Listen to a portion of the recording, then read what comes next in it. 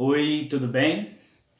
Essa é uma videoaula completa para você sobre anatomia do yoga, movimento, alinhamento e fáscias.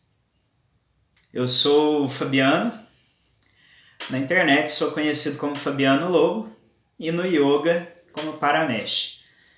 Eu sou bacharel em educação física, sou certificado em treinamento multifuncional Flow e Core 360.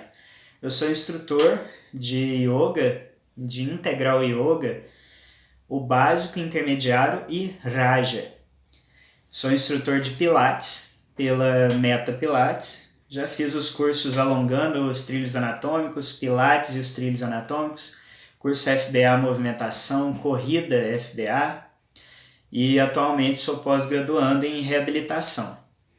Eu ministro aulas de yoga e de Pilates. Vou te dar algumas dicas para você se aprofundar em anatomia e fisiologia humana. Primeiramente, você deve entender as origens dos músculos. Você deve entender as adaptações, compreender as adaptações dos asanas para cada tipo de pessoa, saber todos os fatores que influenciam nessas adaptações, entender cada asana, ser curioso sobre tudo isso e anotar. Você deve estar sempre estudando sobre o assunto, você deve também se aprofundar lendo os livros sobre o tema, testar com seus alunos, fazer questionamentos e observar os resultados. Então, nessa aula, a gente vai entender o seguinte: mecanismos anatomofisiológicos envolvidos no alongamento, revisão sobre alguns músculos importantes na prática de yoga, uma técnica de estabilização segmentar que pode ser útil em alguns asanas, as articulações e os cuidados que devemos ter com elas, sobre fáscias também e a análise cinesiológica de alguns asanas. Se você quiser se aprofundar, eu vou deixar o link aí de 2 vídeos meus sobre como estudar anatomia e fisiologia, tá? Algumas dicas para você. É só clicar no card ou na descrição desse vídeo. Então vamos falar sobre fisiologia do alongamento. Nós temos no nosso corpo receptores que são localizados ali nas articulações e nos músculos, e esses receptores detectam movimentos e mudanças na tensão e comprimento desses músculos e desses ligamentos e tendões. Esses receptores são chamados de proprioceptores e eles sinalizam para o sistema nervoso central, que responde regulando o estado de contração ou relaxamento dos músculos. Isso afeta a amplitude de movimento de determinada articulação. Quando a gente fala de alongamento, a gente tem que ter em mente que ações biomecânicas conscientes influenciam respostas fisiológicas inconscientes. Então, cada movimento que a gente fizer vai desencadear ali algumas respostas fisiológicas que a gente não controla. Então, por exemplo, realizar uma postura de yoga inicia ali vários eventos biomecânicos e fisiológicos no nosso corpo. A medula espinhal vai regulando a tensão e o comprimento dos elementos contráteis do músculo através de um arco reflexo. E a gente vai falar um pouquinho sobre esses arcos reflexos também. Essa regulação ela acontece de maneira automática, em resposta a essas ações biomecânicas e cinesiológicas. Então, músculos se contraindo ou alongando ativam os receptores internos, e esses receptores vão alertar o sistema nervoso central sobre esse evento. O sistema nervoso central vai enviar sinais ali ao músculo para que ele responda de forma adequada, relaxando ou contraindo. Esse mecanismo de proteção, um desses mecanismos é chamado de fuso neuromuscular. O fuso neuromuscular protege a fibra muscular de ruptura quando a gente está alongando bastante aquele músculo. Então, durante o alongamento excessivo, o fuso neuromuscular ele desencadeia pequenas contrações ali naquele músculo. Por exemplo, se você está alongando com uma postura de yoga ou se você escorrega, o músculo vai se contrair para proteger de alongamento excessivo mesmo.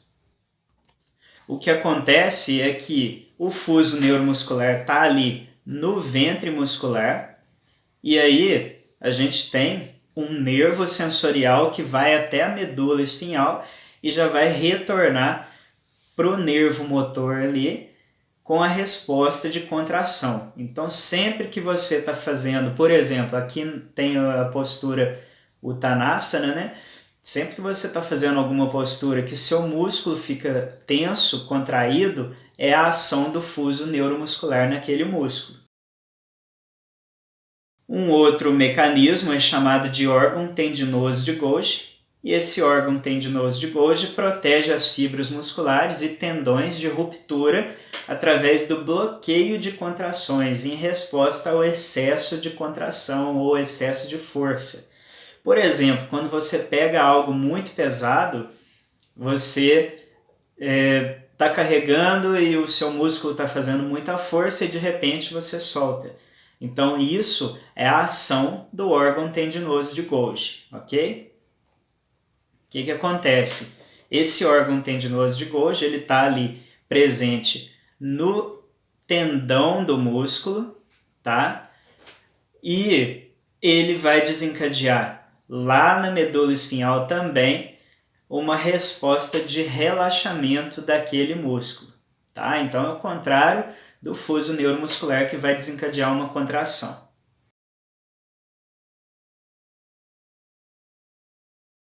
E a gente tem um mecanismo chamado de inibição recíproca, que é quando um músculo se contrai. O agonista daquele movimento, né? O músculo agonista, o principal daquele movimento, se contrai e automaticamente o antagonista vai se relaxar. Então, por exemplo, quando a gente realiza um exercício de musculação, a gente contrai um músculo e o músculo oposto àquele vai se relaxar justamente para que a gente possa realizar o movimento. Então aqui está só um exemplo da inibição recíproca no músculo quadríceps femoral aqui. Então quando você faz a extensão de joelho, imagina que aqui tem uma pessoa sentada e ela vai estender o joelho. Então na extensão o agonista é o quadríceps e o antagonista são os isquiotibiais. O quadríceps vai se contrair enquanto os isquiotibiais vão relaxar. Quando você faz uma flexão resistida, então imagina que tem uma polia, um cabo ou alguma carga aqui resistindo à força dos isquiotibiais. Então os isquiotibiais vão ser agonistas desse movimento de flexão de joelho e o quadríceps vai ser o antagonista. Então aqui no caso, quadríceps está se relaxando e isquiotibiais estão se contraindo, ok? E aí a gente tem vários tipos de alongamentos. O alongamento balístico é quando você repete insistentemente alguns movimentos com o intuito de alongar determinado grupo muscular. Então, nesse caso, os grupos musculares ali vão ser estirados, né, vão ser alongados, estimulando o fuso muscular e ativando o reflexo miotático, provocando a contração dos músculos estirados. Só que pela contração, logo vem o relaxamento e a gente consegue alongar um pouquinho mais. O alongamento estático é bem conhecido, né? É quando a gente mantém uma posição, né? A gente gera uma contração isométrica que altera, aumenta aquela tensão muscular e com o passar do tempo, mantendo aquela posição, o reflexo miotático inverso vai predominar, aumentando o relaxamento muscular.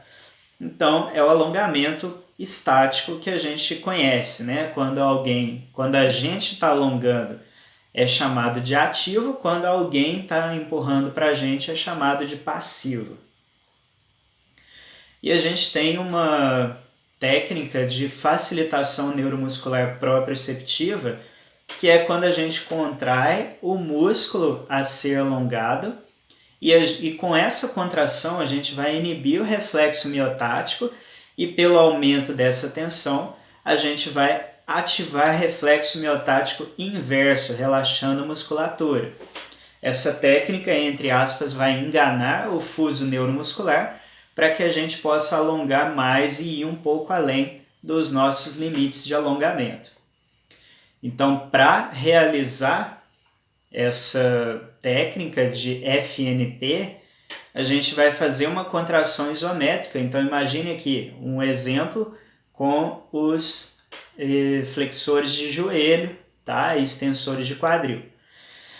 A gente quer alongar os isquiotibiais, então uma pessoa vai empurrar e a gente vai empurrar de volta, fazendo uma contração isométrica por 6 segundos, tá? Então a pessoa está empurrando, você está empurrando de volta com a sua perna, você está fazendo essa resistência aqui durante 6 segundos. Depois dos 6 segundos, você vai relaxar e a outra pessoa vai empurrar com alongamento passivo, né? E você vai notar que a sua perna vai conseguir ir um pouco mais longe.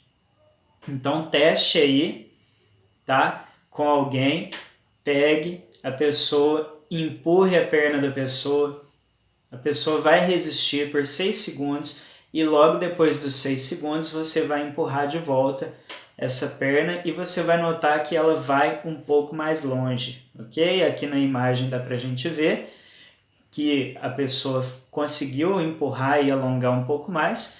Você pode fazer assim até umas 3 tentativas dessa forma aqui, segurando um pouquinho ali para alongar, ok? Eu tenho um vídeo aí no YouTube sobre esse assunto, tá? Então assista também, vou deixar linkado no card ou aí na descrição do vídeo também. Então vamos fazer uma revisão dos músculos do core para a gente entender alguns grupos musculares que são importantes durante a prática de yoga. O core, ele tem um sistema de estabilização e um sistema de movimento. O sistema de estabilização é formado pelo transverso abdominal, multífidos, oblíquo interno, transverso espinhal e músculos do assoalho pélvico. Esse sistema ele vai reagir a estímulos isométricos, a estímulos mais relacionados à instabilidade. Então a gente tem o transverso do abdômen, que tem origem ali da 7ª à 12ª costelas, tá? Aponeurose tóraco-lombar lá atrás, crista ilíaca e ligamento inguinal. A inserção do transverso do abdômen é na bainha do músculo reto abdominal, então aqui no meio, tá? Tubérculo púbico e linha pectínea lá embaixo. Quais são as ações desse músculo? Ele vai sustentar e comprimir o conteúdo da cavidade abdominal, aumentando a pressão intraabdominal, sendo importante na expiração forçada e em situações como micção, defecação, parto e vômito, tá? E devido à região desse músculo, ele ajuda na estabilização da coluna lombar. Os multífidos estão ali nas vértebras da coluna, então a origem dos multífidos é na face posterior do sacro, processos transversos de C4 até L5. Então ele começa, são vários músculos aqui, tá? E eles vão começar lá em C4, lá na vértebra cervical número 4 e vem até a vértebra lombar número 5, se ligando ali no sacro. A inserção desses músculos, então, é nos processos espinhosos de cada vértebra, logo abaixo ali, tá? E eles vão fazer os movimentos de extensão e rotação contralateral para o lado oposto, inclinação para o mesmo lado do tronco e do pescoço, ok? Então está relacionado aqui com o sistema de estabilização do nosso core. O oblíquo interno tem origem lá na aponeurose tóraco-lombar, na crista ilíaca e no ligamento inguinal. A inserção vai ali da 10ª a 12ª costelas, na linha alba, na linha pectínea e na crista ilíaca lá embaixo, tá? A ação do oblíquo interno é ajudar ali na flexão, inclinação e rotação ipsilaterais do tronco, e ele também comprime o abdômen durante a expiração forçada. O transverso espinhal e o assoalho pélvico estão aqui, tá? Nessa região, o assoalho pélvico aqui, eles também fazem parte desse sistema de estabilização do nosso corpo. E o sistema de movimento é formado pelos eretores da espinha, oblíquo externo, reto abdominal, quadrado lombar, glúteo máximo, glúteo médio e ilho-psoas. Então, a gente tem o ilho-psoas aqui, né? A gente tem o ilíaco, que tem origem na fossa ilíaca e inserção lá no trocânter menor do fêmur, e ele tem a ação de fazer flexão e rotação lateral ali do quadril, da coxa, quando o quadril está fixo, ele faz anteversão do cíngulo do membro inferior. Então ele vai puxar aqui o osso do quadril para frente, ok? O psoas maior, que também faz parte desse músculo ali do ilho-psoas, ele tem origem lá nos corpos e processos transversos de T12 até L4. Então ele começa lá nas vértebras torácicas até as vértebras lombares.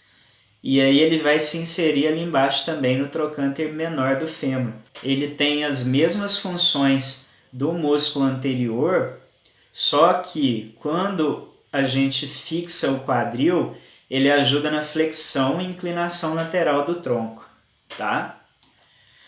E o psoas menor, tem aqui uma imagem só para a gente entender, tá? Psoas menor aqui, psoas maior aqui de roxo e o ilíaco de amarelo. Então, psoas menor começa no corpo de T12 e L1 e ele se insere no arco ilho-pectíneo aqui embaixo. E ele também auxilia o psoas maior na elevação da pelve e na flexão e inclinação lateral do tronco quando o quadril, a coxa aqui, estão fixos. Então, se a gente tem um ilho-psoas muito encurtado, a gente pode ter um aumento da curvatura lordótica da nossa coluna lombar, tá?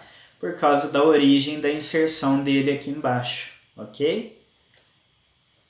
A gente tem o músculo glúteo máximo, que está aqui de verde aqui nessa imagem, tá? E aqui embaixo, ele tem origem na face glútea do osso do quadril, na linha glútea posterior e na parte posterior do sacro, ok?